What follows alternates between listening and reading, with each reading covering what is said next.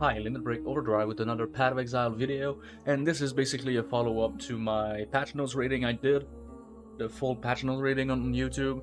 This is just a TLDR of what stood out the most to me, and I have to start with the Atlas Passive 3 loadout. That's just a great system, well thought out. Like, you can even choose the tree from the map device, you don't have to open the menu because you forgot and whatnot, so that's gonna be really convenient.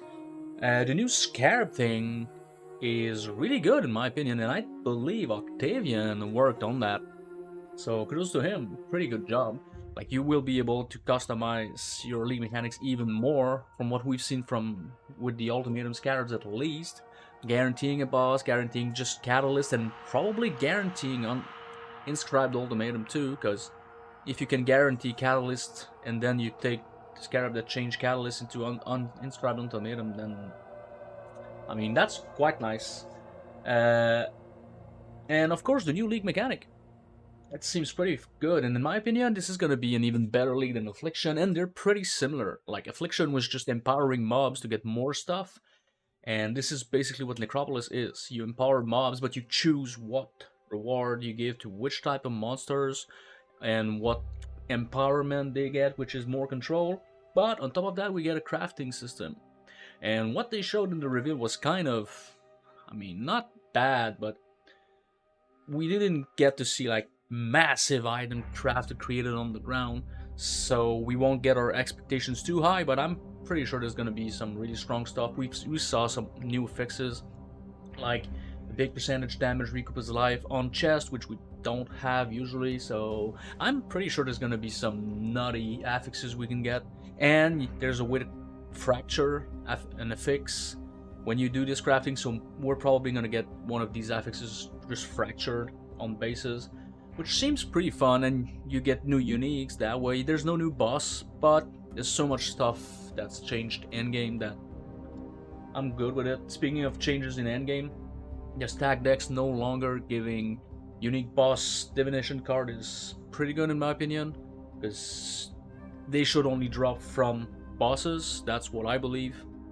That's a good change. And what other quality of life? I mean, mouse button one, pretty good change, right? No, I'm kidding. No, I'm not a big fan of that. Just losing another socket with the pressure we had, and the crazy mana multiplier you get with that makes it that in my builds I probably just will stop using Ender and Cry at all, because I don't feel like auto casting that. That's just not fun. And tattoos are back. Tattoos were really fun, and I took them as a way to like fix my build or make it easier to get something on my build so I can get more damage elsewhere. And of course they've been nerfed because they're part of the core game now, so of course they can't be as strong as they were, because we already are getting power creep from Necropolis. But honestly, for me there's like 5 tattoos I might use. Like the Chaos Resistance ones, it's pretty good.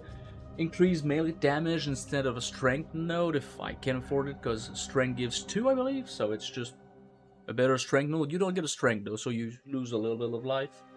You get your lightning, cold, and fire resist just to get capped. Sometimes you can be missing a few points. That's useful, but mostly early on.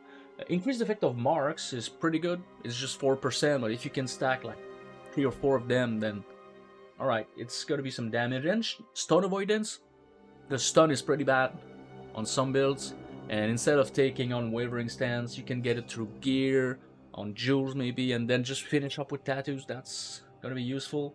But I'm happy to see them back, and omens are back in Ritual this time, so another good thing. I'm assuming we're gonna get Inikora's Luck from Ritual from time to time, so good change overall.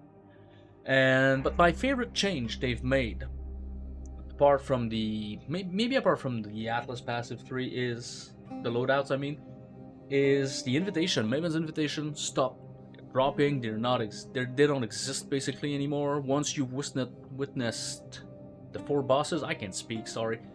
You can just talk to Kirak, roll the invitation, and go on. So you were gonna be able to just cycle through bosses in invitation, getting a lot of fragments quickly. to do Elder, Shaper, and eventually Uber Elder. I really like that change, and even Cyrus with the Elder Slayers. So pretty good. So this league is gonna be really fun for endgame farming, and with the Ubers being separate and tier 17 maps, that will probably be some fun. I will try to tinker with that. I don't usually bother with Ubers because by that point I just rather make another build instead of just min-maxing the one I'm currently doing, because that's what I like doing.